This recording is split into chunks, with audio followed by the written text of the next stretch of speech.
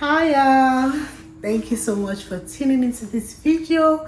My name is Ivilate, or you can call me the Purpose Queen, and this is kind of like a special. This video is my 1 year in Canada video, and I will be talking about the changes I've made so far, or should I say like how my life has changed. I don't know, this is just me. This is really just a casual video. It's not like my usual videos that are probably more informative. Well, this will have some information, especially for people who are looking to relocate, people who are looking to come here as well. I am based in Toronto in Canada, so for context, anybody wondering, yes, that is where I am based.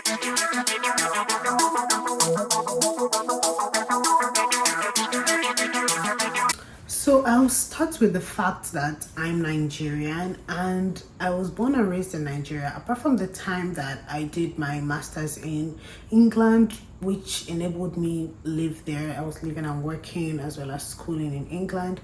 So the major part of my life I lived in Nigeria, which is very much different from Canada. England and Canada have some similarities which kind of helped me, and I will talk about those in a separate video.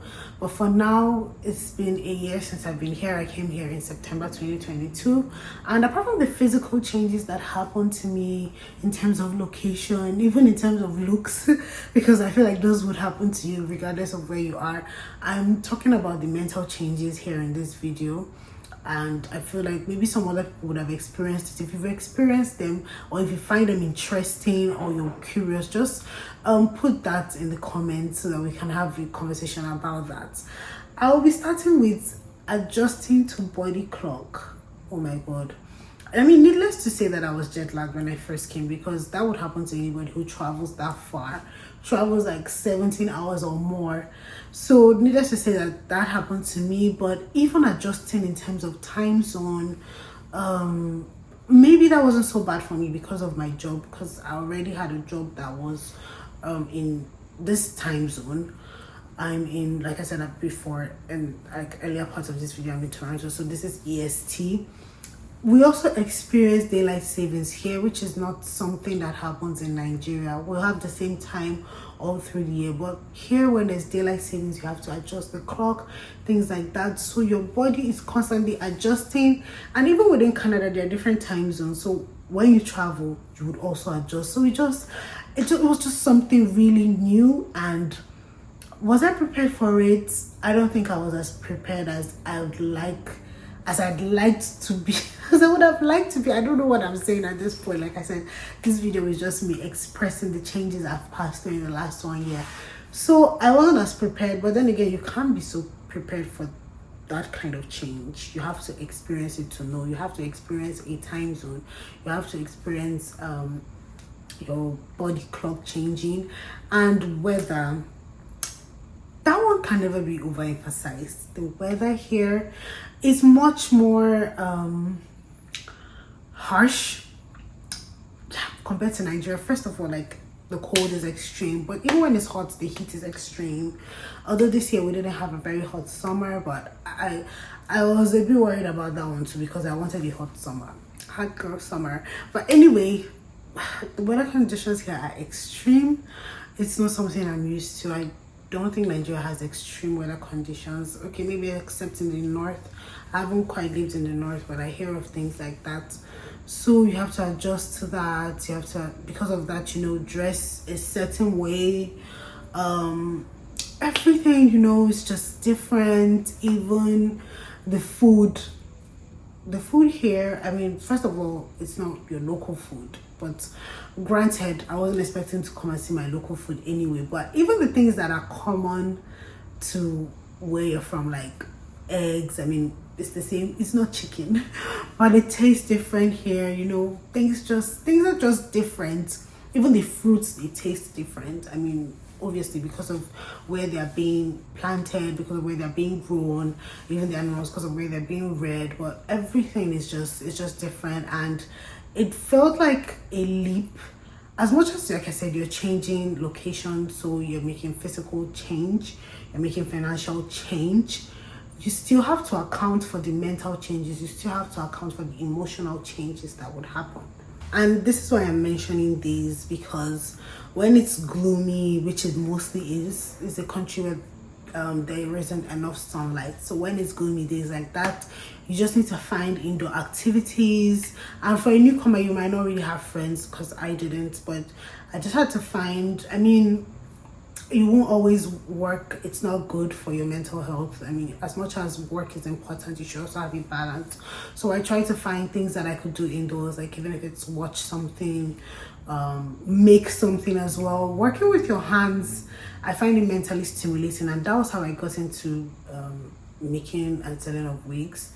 Although that was in Nigeria, but I found that doing things with my hands could just help me get out of a certain mood, get out of a certain mental space.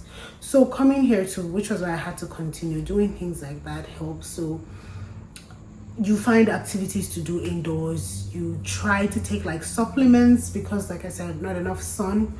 You might not be getting enough vitamin D, so you should take supplements. Whenever you can, try to take walks as well, as much as it might be cold, but try to do those things. Like in the summer, I found myself walking a lot. Things like that helped. So understanding the transport system is so much more different from the one in Nigeria. I'm sure it goes without saying, because they have the underground railroad, which we don't have. Even our railroad is mostly used for out of state travel, but this ones go within. So you have to understand map, you have to understand their timings as well, because these things come at certain times.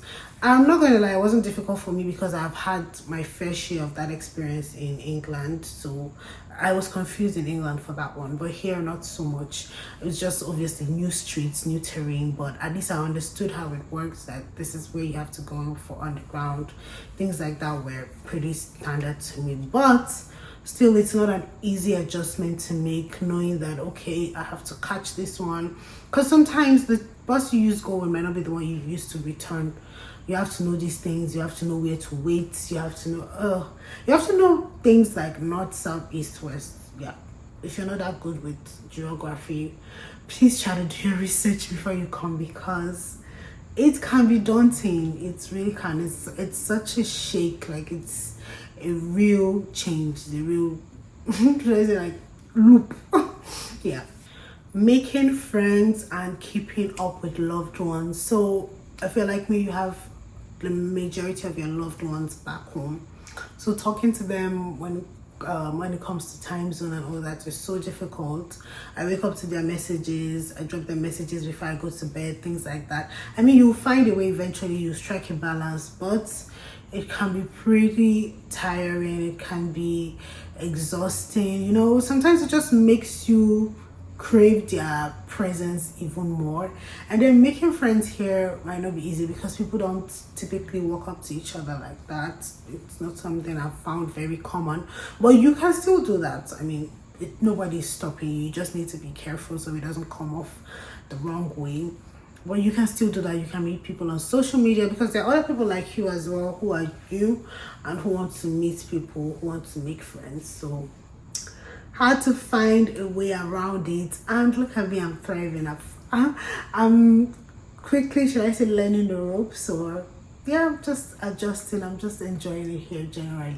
I mean, do these have their downsides? Yes, quite all right, but you make do, you enjoy the good ones, and the bad ones you find a way out of. Culture shocks. I'm going to talk about culture shocks next, because I had a few, not so much, but a few. Maybe once again, my experience in England kind of prepared me, but yeah, the culture shocks. I'm like, I don't know what exactly to talk about when it comes to that, but I mean, you're in a different place. You have to understand that the people will dress a certain way, they will speak a certain way.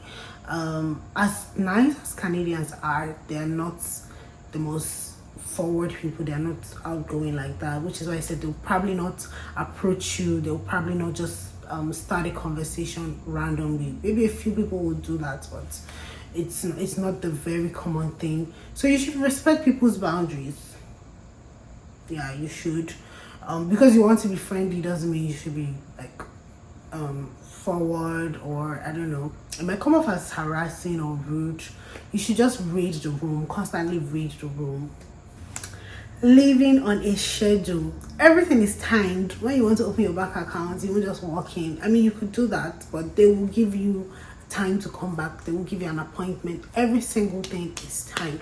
Whoever you're talking to, wherever you're visiting, ensure to always keep up with your appointments. There is no African man time. That's the thing. You're coming from a place that people just, they might set an appointment, but then there'll be little hiccups, and sometimes they won't even bother to explain. But that is typically not done here. You have to understand time and stick to it. You should also learn to follow some due processes in order to be comfortable. For instance, when I tried to walk into a hospital and they said they weren't taking walk-ins, that I needed to be registered. Some hospitals will take walk-ins, they are walk-in clinics. But you need to understand things like that to be comfortable, so that you're not out there feeling like a victim or fighting somebody unnecessarily. There are certain procedures, there are certain rules, and you need to understand them, you need to stick by them in order to be able to, you know, forge ahead, in order to be able to live well. Learn to DIY as much as possible. I've talked about that briefly, because in my in a vlog of mine I talk about how I do my hair, my nails, as much as I'm not a nail person. But you know, things like that, even putting your furniture together, things like that, you will do it yourself. So be prepared for that.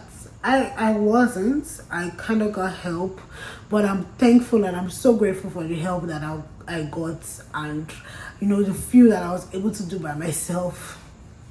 And finally, I feel like this is one that people watching this video, some people, maybe not everybody, but people will be waiting to hear, which is expenses.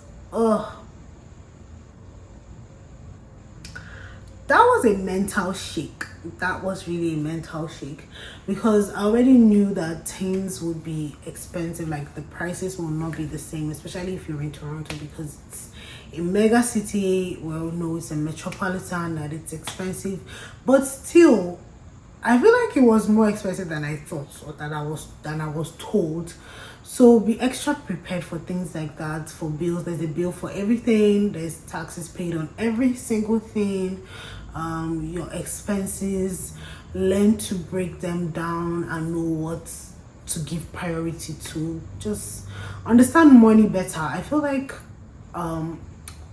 in Nigeria we don't get enough financial education, especially from a young age. We don't. So try to educate yourself on finances before you move here. Learn about investments, investment portfolio, all of that. Just know what to do with your money, know how to make your money work for you. The fact that one person is doing it in this way doesn't mean that you have to do it in that same way.